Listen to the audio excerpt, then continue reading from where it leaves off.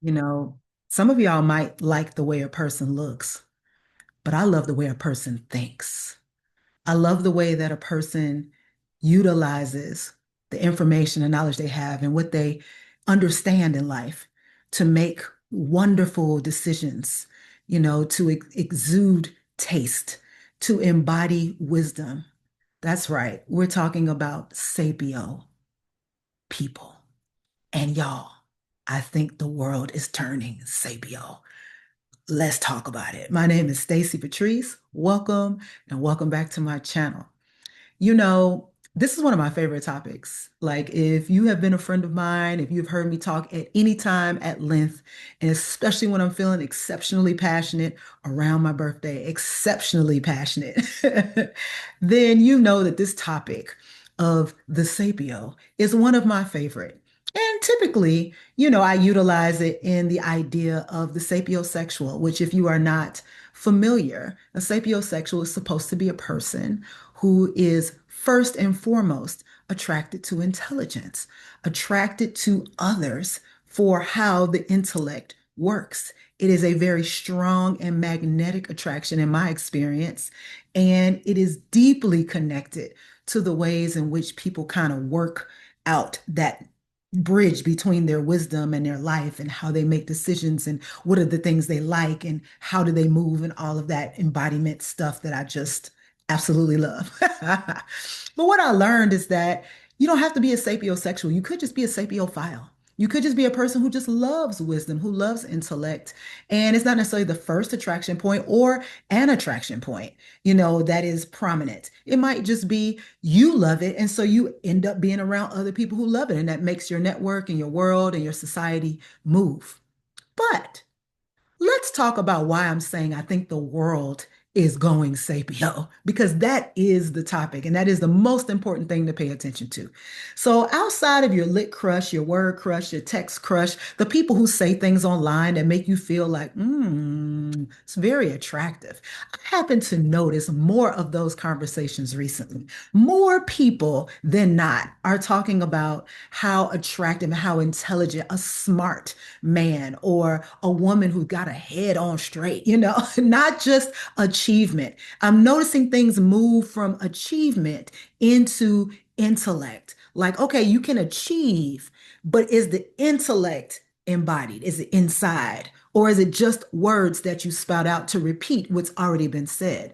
But as my dad used to reiterate over and over again, you can be smart and that doesn't make you intelligent. And your intelligence also doesn't make you smart. They're two different things. So some people are well read. They've read the information, they've studied it, they have the knowledge. They might be smart in certain areas, but intelligence is kind of like that holistic thing where it all starts to come together. You have the aptitude of understanding how all of these things interconnect and how they are connected in your life and in the lives of others so that you can make decisions, you can have solutions, you can have creativity and expression. This capacity for intelligence is what I'm talking about. And the people who are tastemakers who say, even though you all are looking at this, this is really the thing that's important about it. This might be the detail about it that you really can look into and get more into. And I'm going to be the person to point out those things in life that have that quality.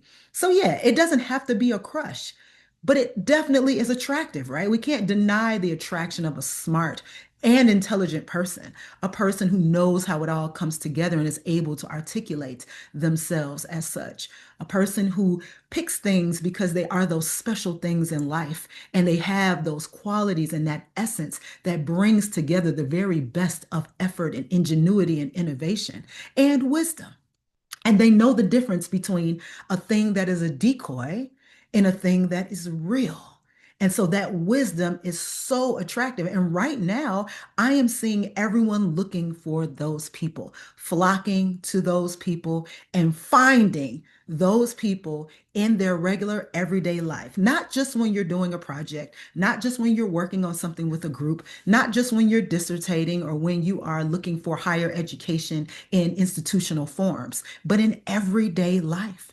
Yeah, so you are the people who come on YouTube. Like before I even started posting on YouTube again, I spend hours every day on YouTube. Why? Because I'm constantly learning. My life is a university and also a universe. It is an educational system in my life that opens up to me through all things. Every creature has the possibility to be a teacher. And I never ever say, just because someone has not reached the fruit of their lives that they don't have wisdom. They may have wisdom in not yet reaching the fruit of their lives. They may have reached the fruit of other things that they didn't want to become whole and ripe. And because of that, that has put them on a track that has not enabled them to reach that thing that would really make them a shining example of what they speak of. So, although that person may not be my guru, that might be a person that is a teacher in a sense that what they have experienced is a cautionary tale. So you can definitely learn from all kinds of people. And we do that every day, right? Threads,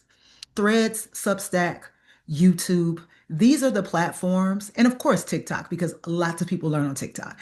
These are the platforms that are the ones that give us the information we're looking for, the ones that open us up to new ideas, take us inside of people's processes, allow us to feel connected to the ways in which people are different than we are, how people speak, what their dialect is, what their nationality, ethnicity is, learning more about history than we've ever learned in any educational institution ever.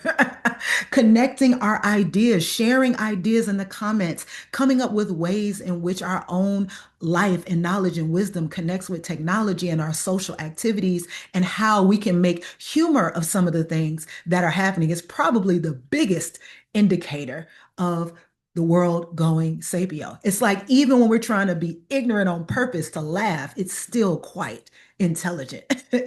And this is the thing I love the most. I love seeing how all of that comes together.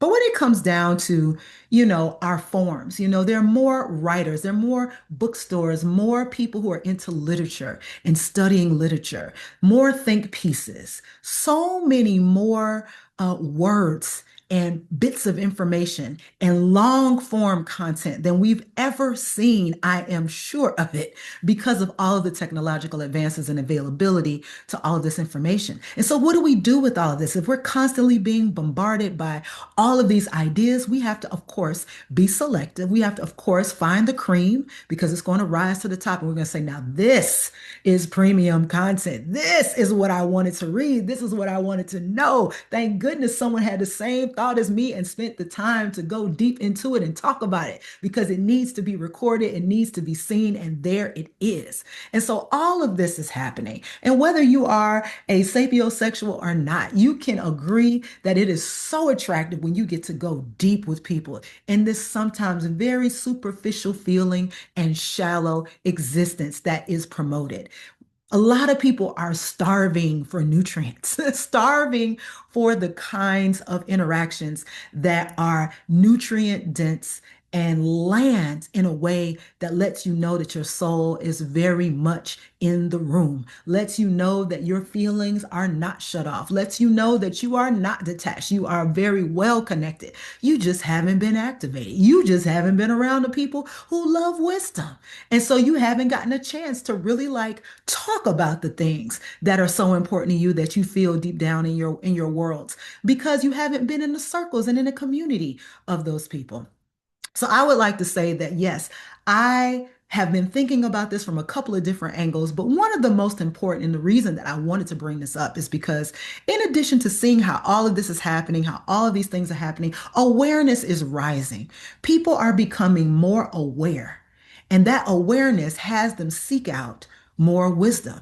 The more aware you become, the more you start to use your instrument and realize there are things happening that I don't have words for, I don't have explanation of, I don't have teachers for or mentors for. The more you start to encounter that, the more you start seeking more information. And in that search for information, one of your teachers pops up. One of the people who can help usher you forward pops up. One person has something that you can feel without any proof is so valuable that you just just want to go ahead and book it. You know that this is something you need to know. This is something that you need to have a teacher for and have guidance so that as you move along your path, you have milestones and touch points where you have been able to learn and take quantum leaps, so to speak.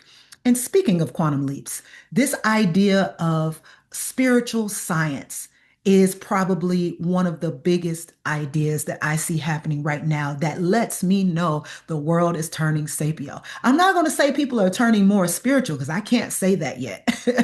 But I am definitely going to say that people want to know more. They are interested in some of the ancient teachings and findings because they realize they've been hidden or they have been disconnected from that knowledge. Or they somehow feel like there are ways in which they could be more efficient at what they do, not just for achievement's sake, but for fulfillment's sake. And they want the nice things, the things that have distinction and difference between the other things that are more popular and more promoted. And this is where I see it getting really interesting, especially in the relational world. In the relational world, these are the kinds of distinctions that are make or break. When you start searching and learning and gaining wisdom, and you are on the path of understanding the distinction and having the discernment between things, that becomes a make or break point as it comes to relationships. Not just a red flag, not just, oh, this person is not anybody that I would be interested in because they did this in their lives or they did that.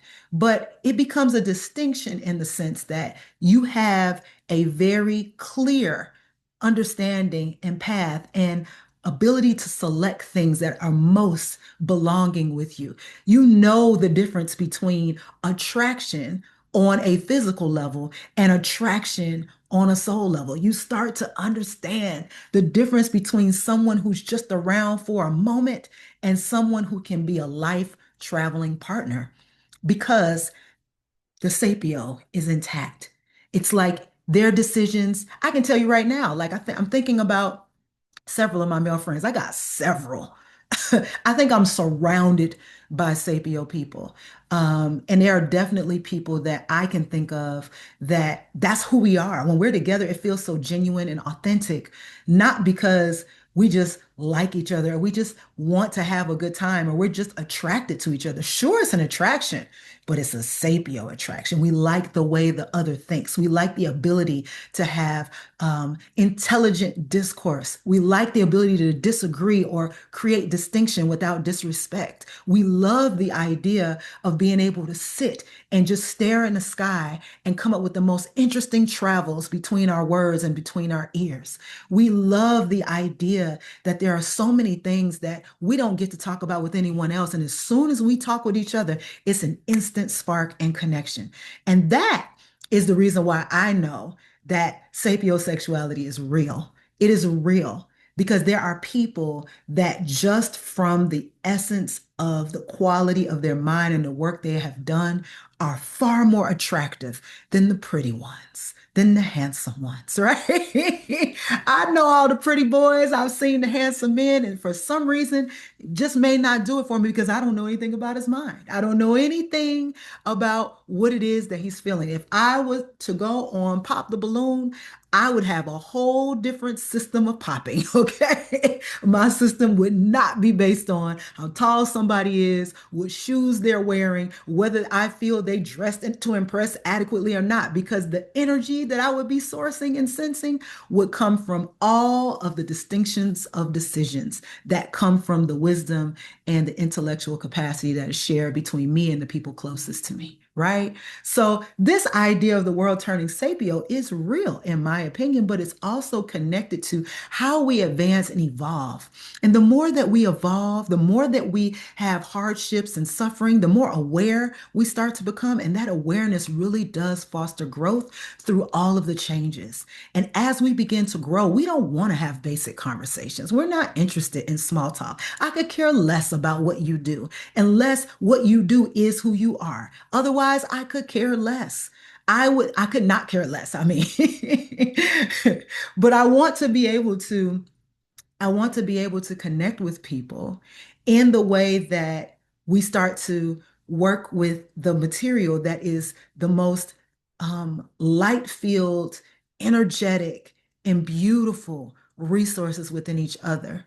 and allow spaces for those things to come out and not just, keep moving on the physical, keep moving on the surface. There's a theme here, right? The deeper we go, the more we refine our tastes, the more we understand what something is and how life-giving something is, how much ease and peace something provides, how much beauty is considered and instilled, how much intelligence has grown and developed and ballooned into a way of being, the more we begin to understand that, I think you'll start to see it everywhere. I know I do. I know I see it every single where I look because it is the way that I see things. And it's also my sensitivity to how those things are carried out, the considerations we have for others, the ways in which we present and treat people, the ways we listen. You listen with your whole body, or do you just listen with your ears? And those kinds of consideration become part of dating considerations, part of relational, like friends and circles and groups, and who your teachers and gurus are, and all of that. They start to become distinctions. And when you realize that wisdom is simply a stop on your way to full embodiment and integration of what it is that you have learned. When you learn that your creative intelligence, your sexual intelligence, your emotional intelligence, when you start to learn that all of that plus your physical intelligence and your spiritual intelligence is at work, then you land in my favorite place, soul intelligence. And now your soul intelligence is connecting it to things you never were able to see and times you never remember living in. And it's starting to bring it all together. And these are the conversations I've always had, but I am having them more often and with people I've never had them with before. And it's like we start right there. There's not a lot of backstory. We start right there. It's almost like we're sensing who are the people that can give this to us and how can we move from it. And then rising to the occasion to say, okay, I want to communicate this. I have a desire to, and I want to, and therefore I'm going to keep moving and growing and developing until I reach my own level.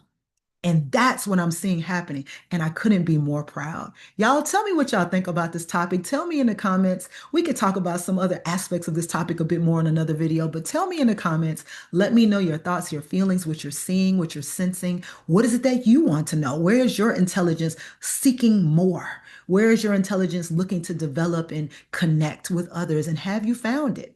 Or is it just something that you're still housing as a possibility? Again, thank you for listening. My name is Stacy Patrice. Like, share, subscribe, and of course, comment. And I look forward to seeing you in the comments in the next video. Peace.